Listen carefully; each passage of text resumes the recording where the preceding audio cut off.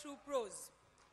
Well, this session promises to be very unique and exciting as the panelists have been drawn from very different backgrounds, and yet they are united by their interest. Let's find out and welcome all of them on stage. We have Mr. V Sunil, Mr. Ranendra Kumar, Mr. Kishalay Bhattacharjee, and Mr. Aman Nath. Can we welcome them with a huge round of applause?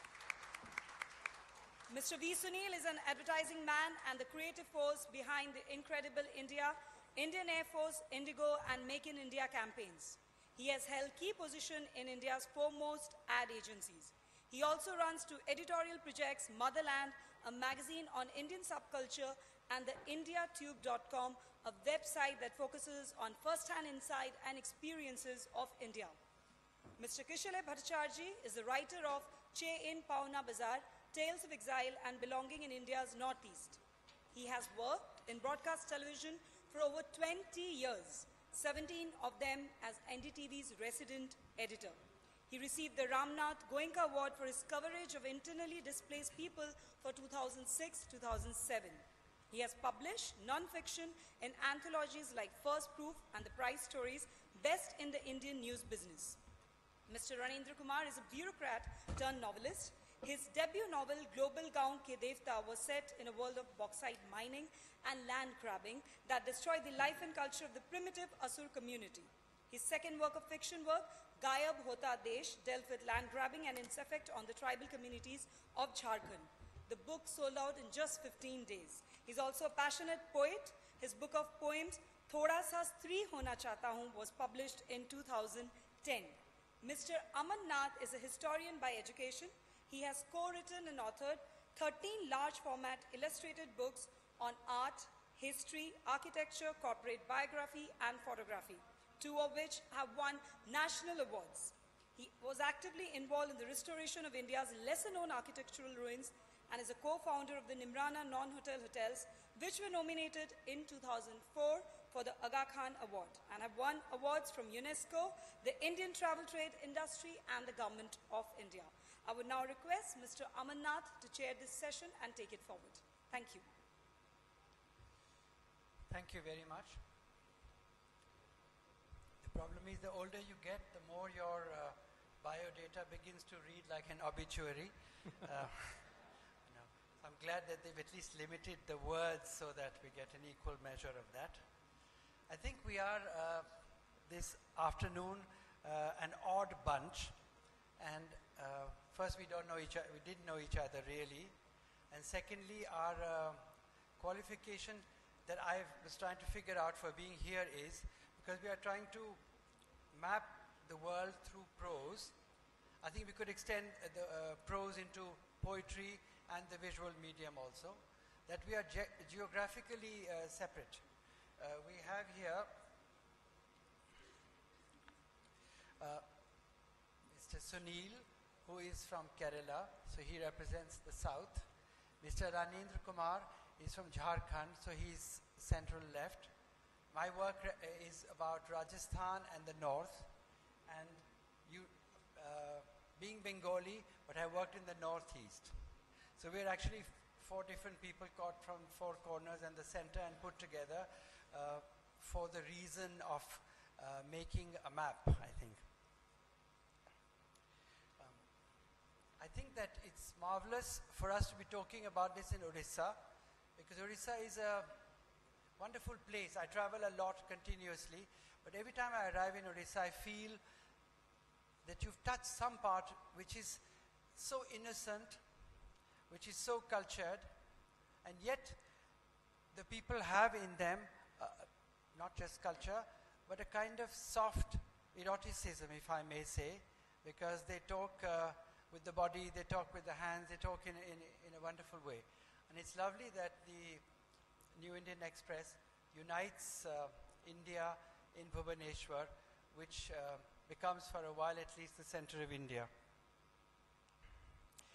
When we look at the title, Mapping the World Through Prose, I think the poetry is also included, and Sunil is, although he publishes a magazine, is not really a writer, but he's a visual person.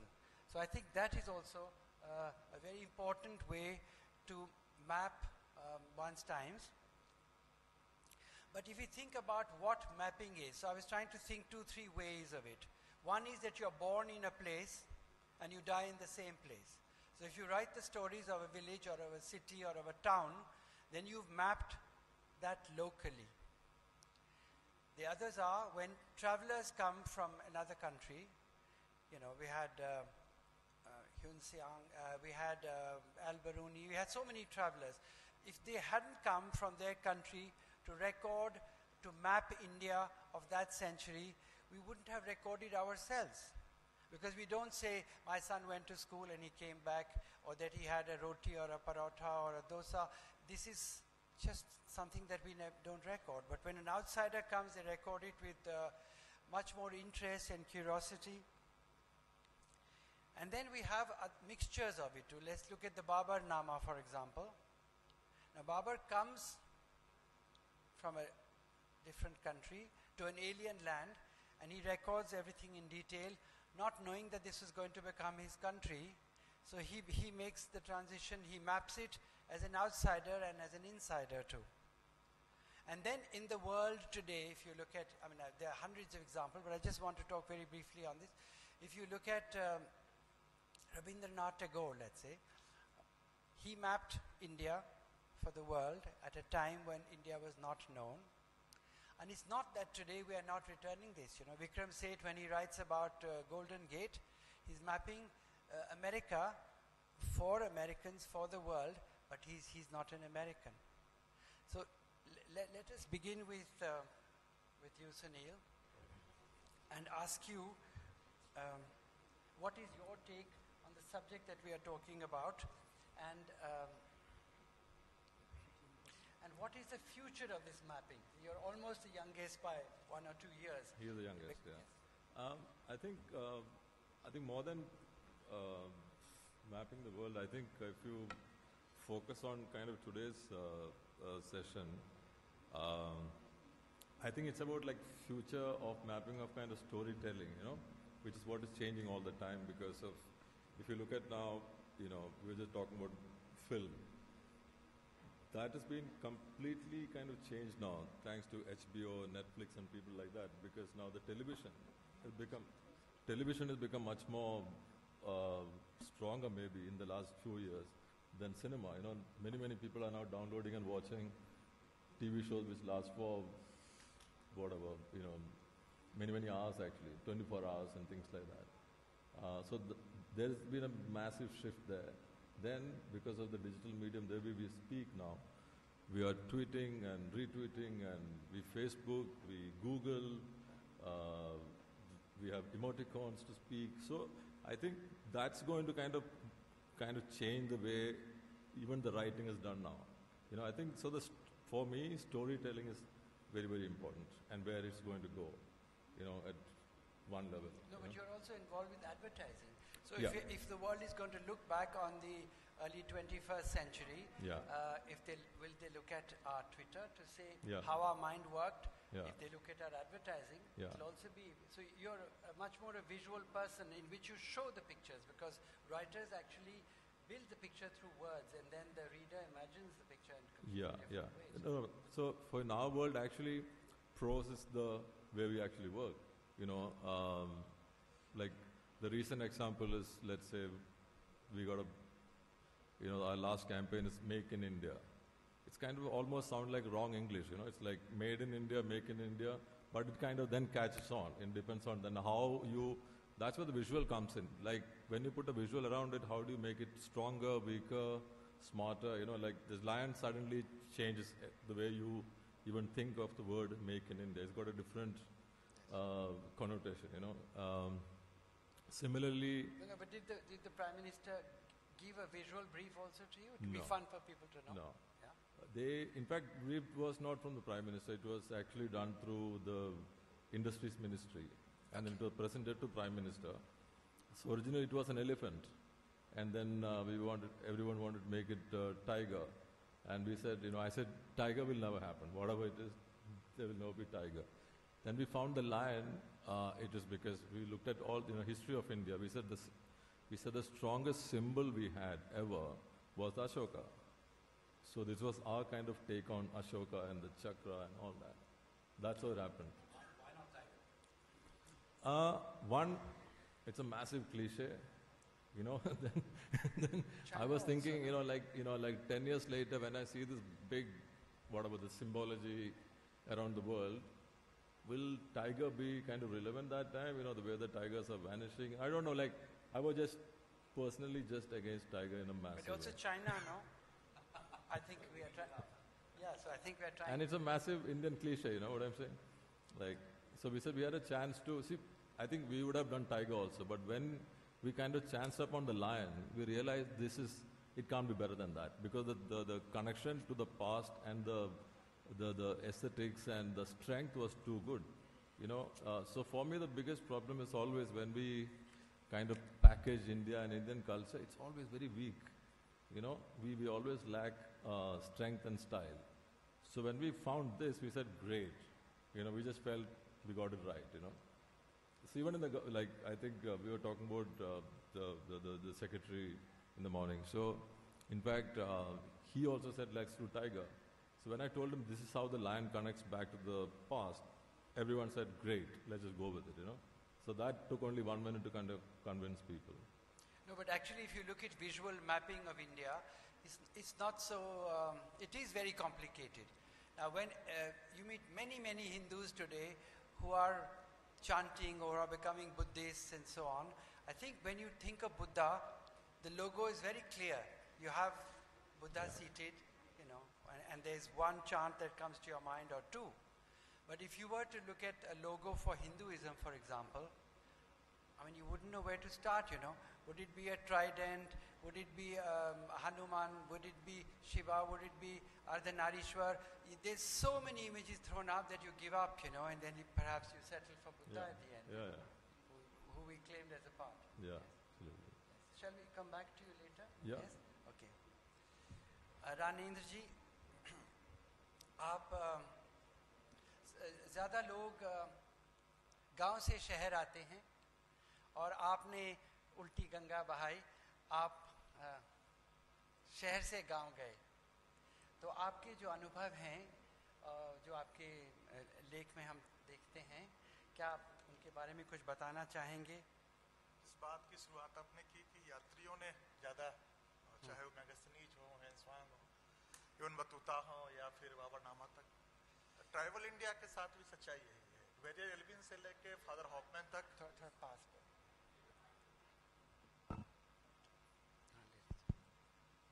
Tribal India के संदर्भ में भी, वो झारखंड हो या north east हो, Verrier Elwin से लेके फादर हॉफमैन तक और ब्यूरोक्रेट हो W.G. आर्चर से लेके कुमार सुरेश सिंह तक, इन लोगों ने जितना लिखा है ट्राइबल इंडिया को, कारण वही था कि जिस समाज से या जिस वर्ल्ड से वो आए थे, उतना अलग था वो। खास करके बिहार के जिस फ्यूडल और कास्ट वर्णवादी समाज से आदिवासी समाज में जाने के बाद जो वर्ण विहीन है, वहाँ का समाज का जो सौंदर्य था, उनके जीने के जो ढंग थे, जहाँ कोई कास्ट सिस्टम था ही नहीं, कोई हायरार्की नहीं थी। अगर पाहन है वो गांव का, पुजारी है, वो भी हल चला सकता है। अगर वो मुंडा साहब है, मानकी साहब है, कई गांवों के चीफ हैं वो मानकी, 20 गांवों के, वो भी खुरपी और कुदाल चला सकते हैं। कोई ऐसा नहीं कि हाथ से काम करना कोई छोटी चीज है। और चूंकि श्रम के प्रति इतना सम्मान का भाव, और स्त्रियां भी उतना ही श्रम में काम दे रही हैं, इसलिए स्त्रियों के प्रति भी उतना सम्मान का भाव। जननी और जनानी, ये शब्द बड़े, जननी के प्रति बड़ा गौरव का भाव, चूंकि एक फ्यूडल सोसाइटी में कि वो माँ, जननी और जनानी दोनों उनके माँ बनने की जनन प्रक्रिया से जुड़े हुए शब्द हैं। माँ बनती हैं तभी सम्मान वहां। वहां हमने शब्द सुना सियानी, बुद्धिमत्ता से जुड़ा हुआ, कि वो बुद्धिमान होती हैं, इसलिए उनके लिए सियानी शब्द का प्रयोग। पूरा फेमिनिस्ट मूवमेंट जो है यही कह रहा है कि हमारे देह के सौंदर्य को मत देखिए, हमारे मस्तिष्क के सौंदर्य को देखिए। और वहाँ ट्राइबल कम्युनिटी में सियानी शब्द जो उनकी बुद्धिमत्ता को मार्क करता है, उसी बात को कह रहा है बड़ी सहज भाव से, चूंकि श्रम का सम्मान वहाँ है, वहाँ कोई हायरार्की नहीं है सोसाइटी की। ये बड़ी खूबसूरत चीजें हमको वहाँ दिखाई पड़ी। क्योंकि आप हिंदी में लिखते हैं तो इसकी हायरार्की, जैसे हम लोग बात कर रहे थे कि जो अंग्रेजी की पुस्तकें हैं उनको ज़्यादा इम्पोर्टेंस दिया जाता है, तो शायद आप ज़रूर हिंदी में लिखिए, पर क्योंकि जिनकी सोच में आप बदलाव लाना चाहते हैं, अगर वो लोग अपने आप को superior समझते हैं, because we are from the city, we look down on the village, what he's saying is that tribal culture is much more evolved than the society that we had in villages. They don't have a caste system, they don't necessarily tyrannize their women in the same way that society did. So one very good example which you give is that in 1757 we have the Battle of Plassey.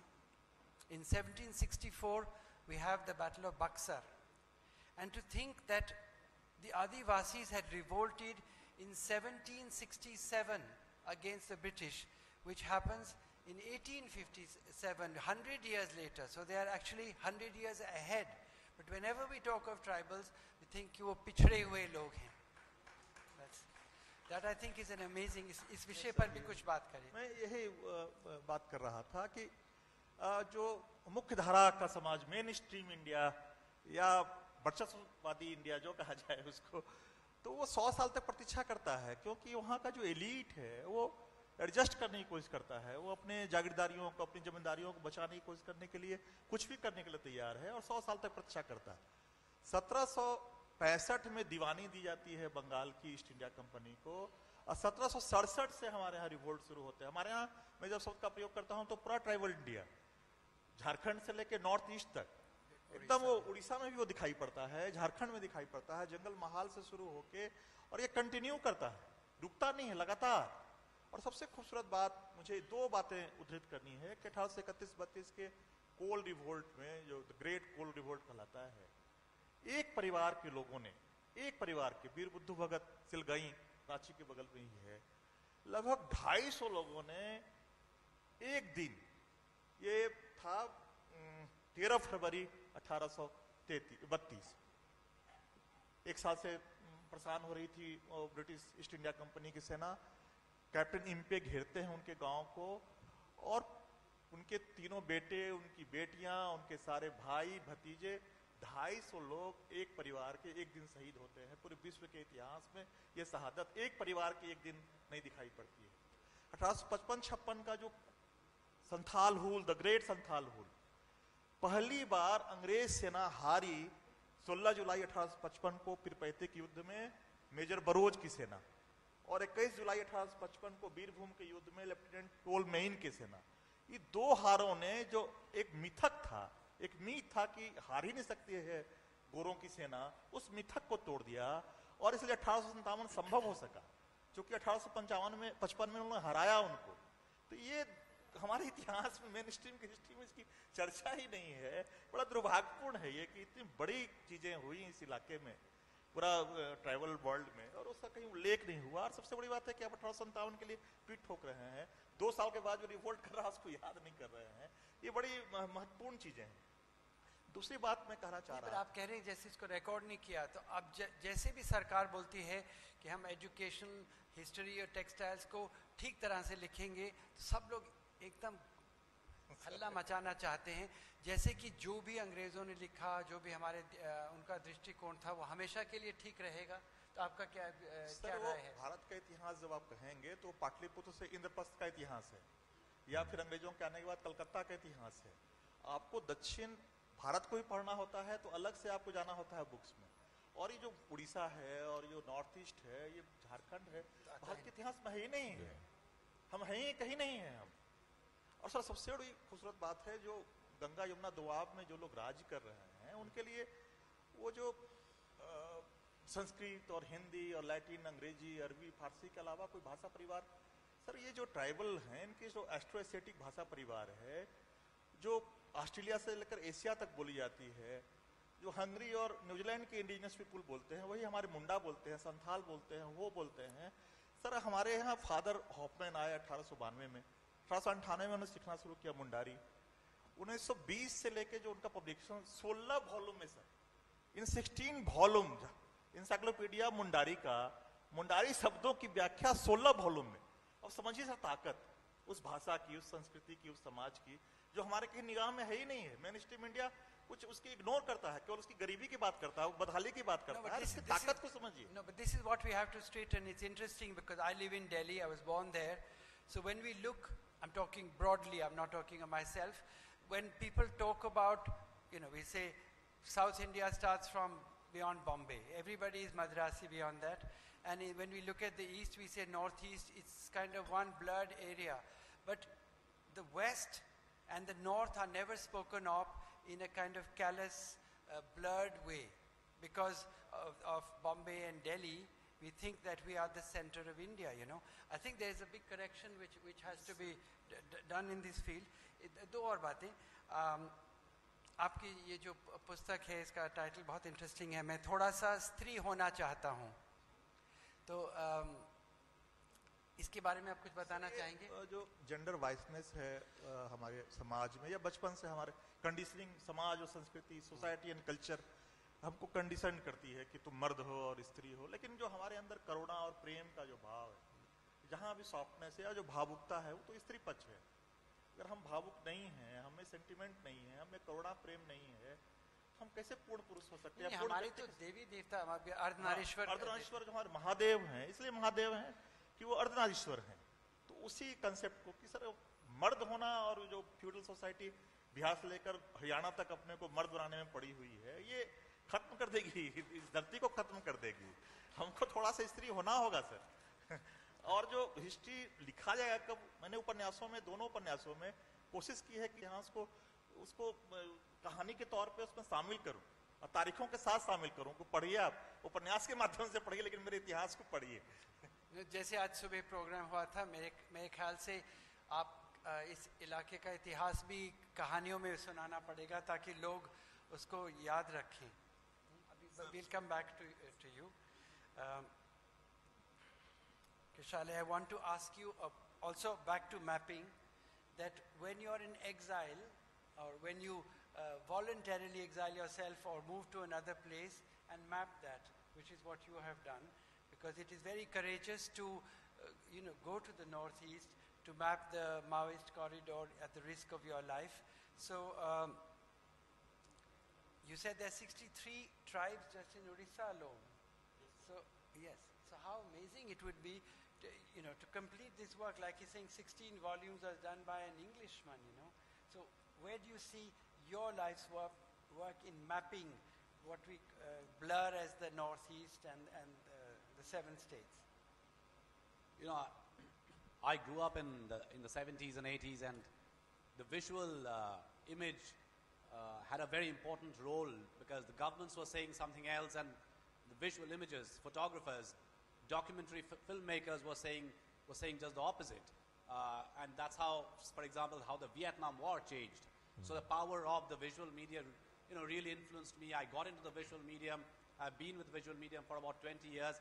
And while I went to the conflict zone voluntarily, as you said, very few people would go there, and I thought that story had to be told. But while I was mapping conflict zones, I realized that I ended up mapping only conflict. And I experienced a sense of what was not being told, because the nature of beast is such that in television, particularly where I work, is that you are going to be there only to cover conflict. And it's not that an area or people are conflict ridden every day of their lives. But that is what, over a period of time, so over say 20 years, if I am reporting from a particular place, I have stereotyped, people like me have been responsible for stereotyping those people and places as aggressive, as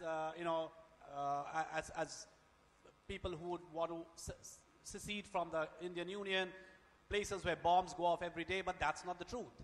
So I felt that it was important then to map the areas and the people through stories, through everyday stories of the people, through their voices. So, I'm just kind of chronicling stories of those people, trying to join the dots. And when I say join the dots, you can't join all the dots because there are millions of dots. So if there are 63 tribes out here, in a particular book, I can't be putting all of them. But I should be able to pick up the right dots so that it gives, in advertising parlance, then, within that 30 seconds or 20 seconds to be able to convey an impactful image and a more proper perspective. So it's about multiple narratives as against the danger of a single story.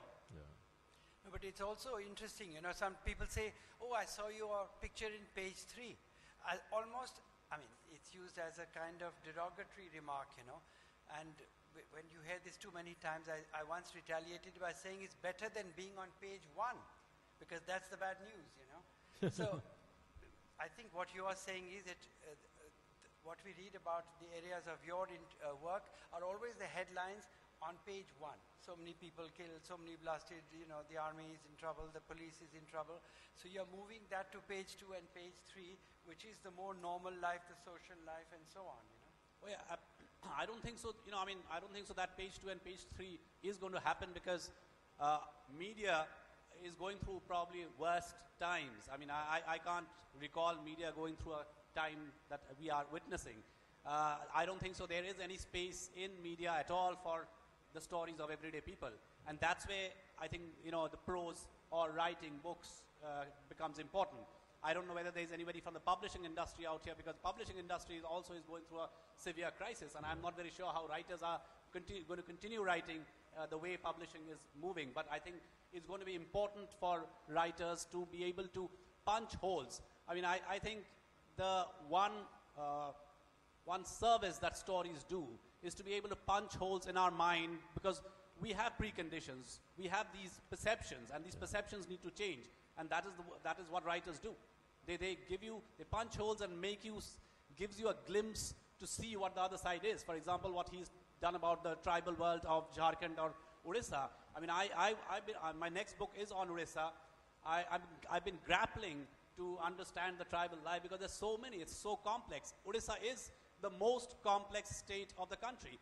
And I'm not very sure anybody in the country even understand this. I'm not clear how many people from Bhubaneswar have actually gone down to a place called Daringbari. I was there in 2012 when 2 Italian tourists were abducted, and I found myself in the jungles out there, managed to rescue one of them completely by coincidence, not by great acumen, but this place called Daringbari. Did you know I don't know how many people in Odisha know that it's... They're raising their hand. Yeah. Lots of them have been there. But it snows in Daringbari.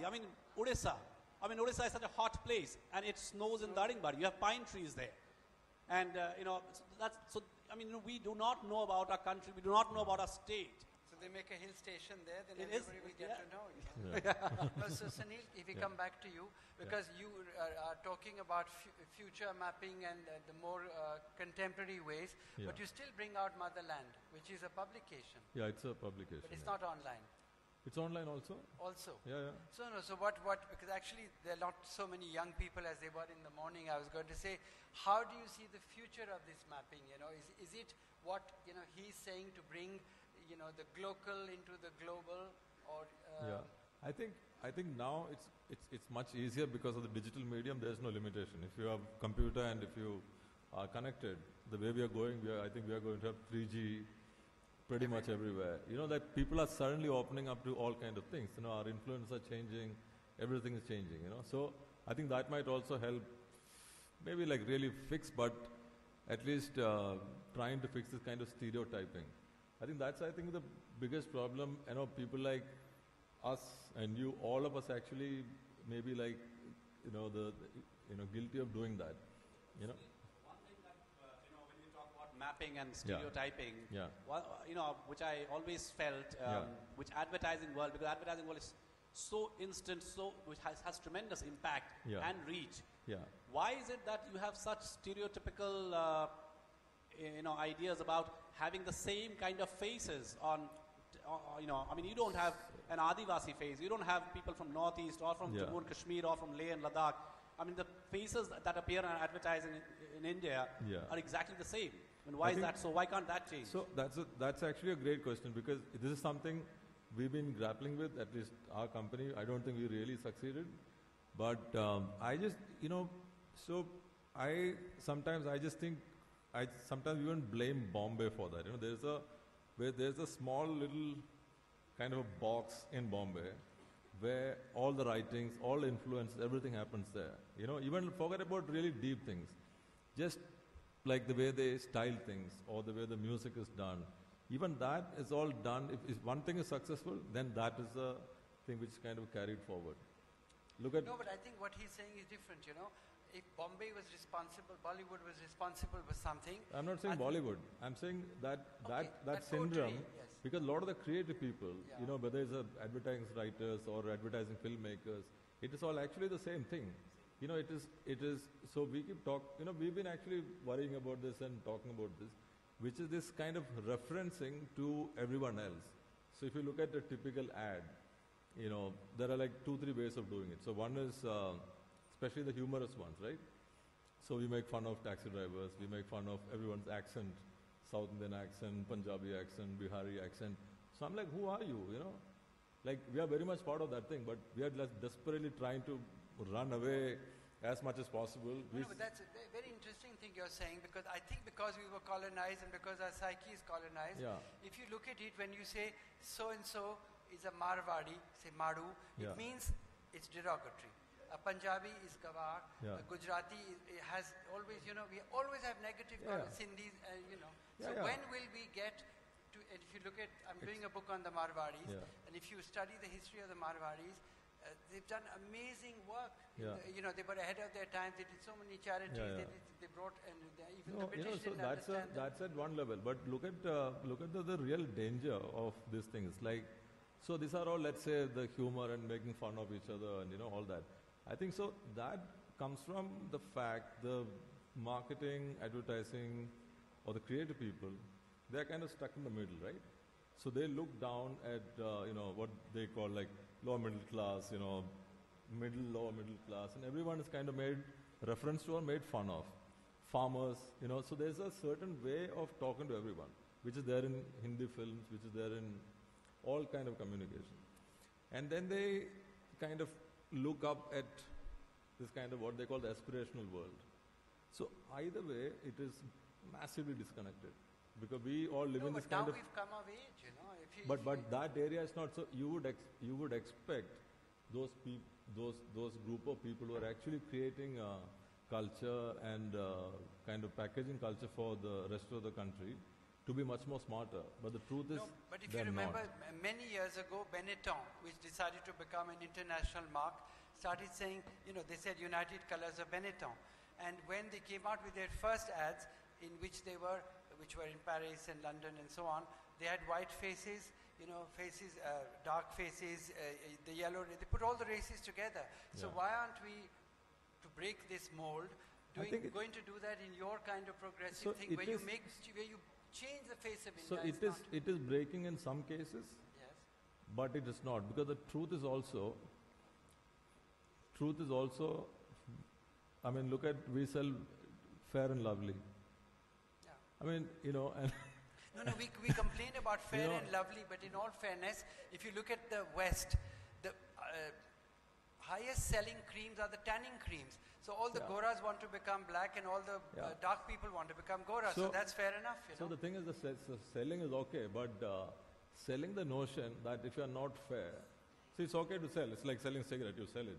But they've been telling you if you are not fair, you will not get married. I mean, really, No. you won't get a job. You know that there are so many things attached to not being fair, right? I mean, like, so we've been actually, like, I'm working on an art project called Dark and Lovely, you know, and it's not a... So, No, but that's what I mean. We yeah, should do so that because no, thing is, it's not a kind of one of those campaigns to say like, oh, like, you know, there's some poor people are dark.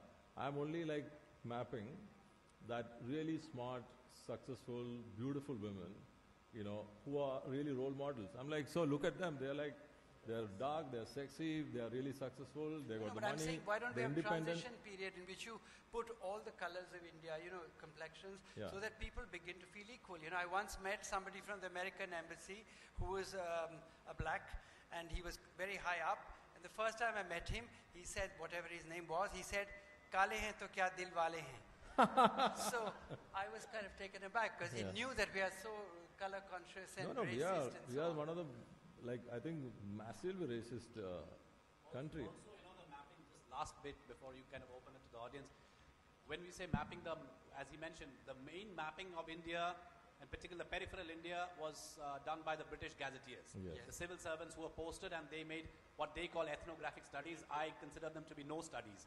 Because what they did is that they imposed huge stereotypes. For example, it was actually the British who called the Nagas dog-eating Nagas, and the description of the Nagas out there in the first ethnographic study was that they are very nice people and they don't mind eating the white man's leftovers.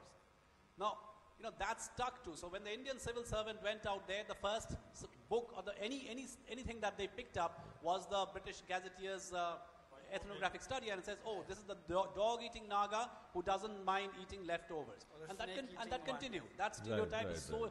So even the mapping can be very dangerous because if it's, again, a single narrative. Yeah. So I think this is one of the sessions which is not spilling over in time, and the audience has lots of time to ask questions. So what about a storytelling question? Yes? Okay. Give her a mic, please.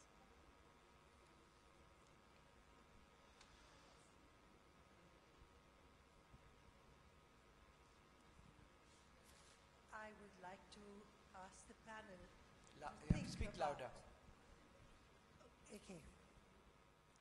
In 1947, when we got independence, the world never knew a community like we are. We are at least 22 nations stuck together by the colonies. And when I go to Europe, I tease my European friends and say, what? You're still not a Europe? For heaven's sakes, money is not everything that's going to get you together. You don't speak English. Everybody insists on speaking their own language, and they have no common language. No, but that's because they were not commonly colonized. Why wish that? Exactly. I said, get yourself a colonizer. Oh. Well, We don't understand how lucky we are. We were the first united society. And we this paid a huge price for that too. Yes. Beg your pardon? I said, but just to be united by the English language, we paid No. a huge price. No, we were already colonized by the Brahmins. They came and taught us different versions of what we call Hinduism today. But not in the same language. You see, you had the No, Tamils. in every we are six. we have a constitution that says we have different languages, No, people and are suddenly we now have Hindi as our national language. I think all South Indian states should be up in arms, and so including Odisha, because we all need to have our own mother tongues, and English unites us. And unites us to the world. And the best part of it all is we know more about the world than the world knows about us. That's for sure, but they're getting to know about us now because Yes, there's through so much books interest. and pictures. Thank you. Now also, when there is an earthquake in India or they read about something, friends send mails and phone and say, I hope you're all right, So and I have to keep telling people that, they don't know the size of India.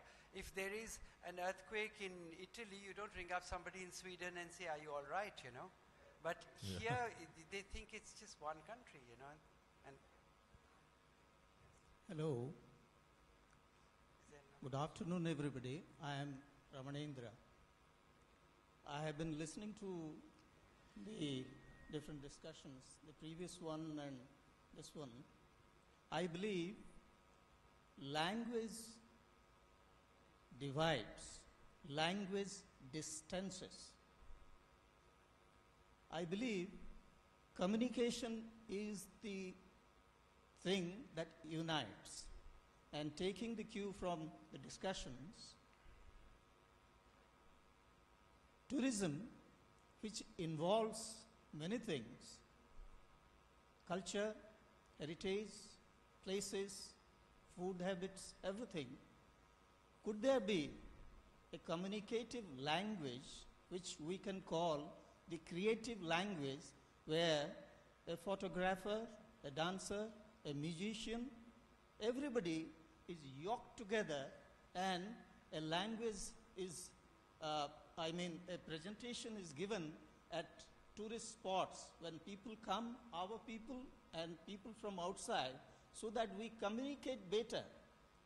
The discussion has been mapping through prose. I take the cue from there that it's high time that we form such a language, a creative, communicative language, where people are united.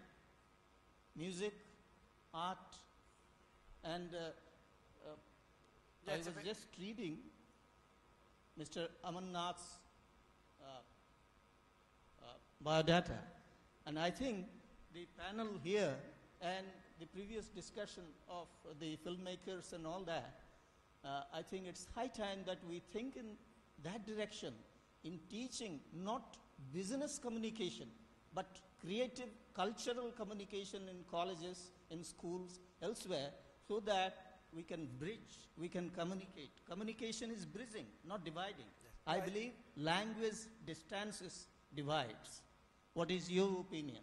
No, I think you're both saying different things. The lady here said that we are lucky that we are united in English, and you are saying that since languages divide, maybe we should go to the era of the silent movie and everybody should, or not silent movie, but to music and dance, which is fair enough. I think it's a good suggestion but that's what creative people do.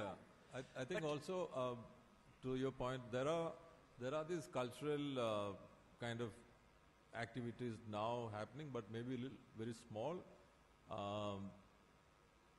like where art, music, all kind of things come together to like either one city or one area. I think in some place it's happening. We've tried to do something couple of years back in Cochin called the Binale. So we are trying to do the second edition. So that's now very small with the support of the state. I think if the government and the private sector, especially the people who are kind of big stakeholders of culture, if they work with private sector and the government, everyone work together, I think something is highly possible, because we got so much culture.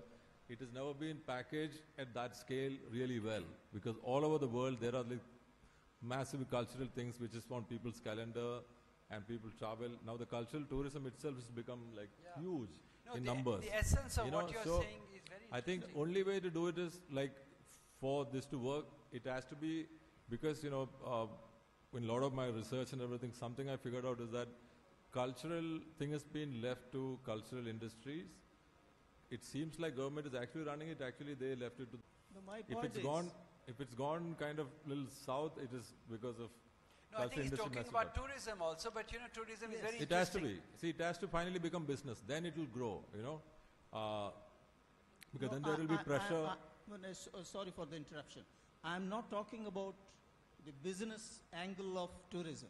I'm talking about the unification of people. You see, here in India, we have so many languages. If a North Indian goes to South India, and even if the South Indians, they know Hindi, they want that we should speak. Sorry for creating such or making such a statement. So this kind of a thing, the blame is on. See, we think that our identity is language. I don't think our identity is language. But what you're saying is theoretically true. But the Bengalis travel the most, and they don't necessarily speak the languages in the areas they travel. The Gujaratis travel a lot. They don't speak the languages. And the largest number of tourists coming to Rajasthan are French, and they don't speak a word of English.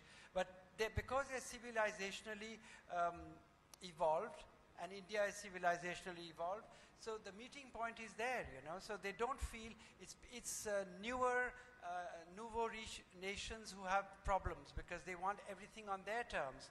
But if you're an evolved person, you're ready to look at the Japanese, when you go there, they make you do everything. If they say take off your shoes here, your trouser here, your shirt there, you'll do it, because, and when somebody comes to your house and you see shoes taken outside the house, and the foreigner starts to take off the shoes, you say, no, it's okay, you can wear the shoes inside. No, my point is, So, yes, my point is that let the anvil of this kind of a communication start from the syllabi, inclusion of syllabi in the schools and colleges, where, you see, we lay more importance on business communication, we lay more importance on computer communication, but where is this lost? This, the creative communication. A moment before he was talking about the Adivasis, they don't understand our civilized language or all that. But when they come and they communicate to us through their dance and music, we understand. So that kind of a... Just to interrupt you, sir, you said that the Adivasis don't understand our civilized language. I think that's a huge... sir मैंने वही बात करने की कोशिश की, इतनी conditioning हमारी हो गई है कि हम इंडो यूरोपियन भाषा परिवार को ही सिविलाइज्ड भाषा समझ रहे हैं। मैंने कहा कि ऑस्ट्रो एशियाटिक भाषा परिवार जो न्यूजीलैंड और हंगरी के इंडिजिनस पीपुल से लेकर हमारे यहाँ तक बोली जाती है, और एक भाषा परिवार केवल मुंडारी को 16 खंडों में उसकी व्याख्या शब्दों की शब्दकोश, तो वो अनसिविलाइज्ड कैसे हो सकती है sir? No, it's not a question of civilized or uncivilized. आपने शब्द का प्रयोग किया, सिविलाइज्ड लैंग्वेज सर, थोड़ा सा है क्या कि जो हमारी कंडीशनिंग है हमारी दिमाग की, it's मैपिंग थोड़ा चेंज दिमाग का भी, ये मैपिंग जो है थोड़ा ट्राइबल इंडिया को भी समझने की कोशिश कीजिए sir. I think what we are trying to say in all this is that it is a collective responsibility of everybody to map all of India uniformly without being sexist, racist, color conscious, all that, you know. I think that is the mood of the nation today. Sir, I have two very quick clues to Mr. Sunil and Mr. Nath to say, just have your response. You can't see what you are. Sir, either... Yes, Okay. yes. Very two quick clues to Mr. Sunil and Mr. Nath to respond. While mapping a civilization, we don't map only glamour or the greatest part. We also have a look on their orientation, their belief, faith and worship, everything. One great advertisement I saw about Volkswagen. It talked about Germans. The advertisement reads one line: we the Germans are not known for our sense of humor. It is our cars that make us smile. A very two lines that speak great about German culture. No, but the Incredible India campaign has some fantastic lines, you know. Yes, sir. So while making prose, another this great narration by Amitabh Bachchan on Gujarat tourism. Very short piece. Yeah. ये तो फिल्मों में हमने भगवान के साथ बहुत झगड़ा किया है, पर सोमनाथ मंदिर में भगवान शिव जी के सामने जब खड़ा हुआ सारे डायलॉग भूल गया मैं। मुंह से निकला तो बस एक आवाज आस्था की, वही आस्था जो सोमनाथ को बार बार खड़ा किया है। सोमनाथ मंदिर हमारे आस्था के प्रतीक है, हमारे विश्वास के शान है। कभी माथा टेका ये सोमनाथ में, कुछ देर गुजारिए तो गुजरात में। This is the prose which maps the nation. Thank you. Thank you. Wow.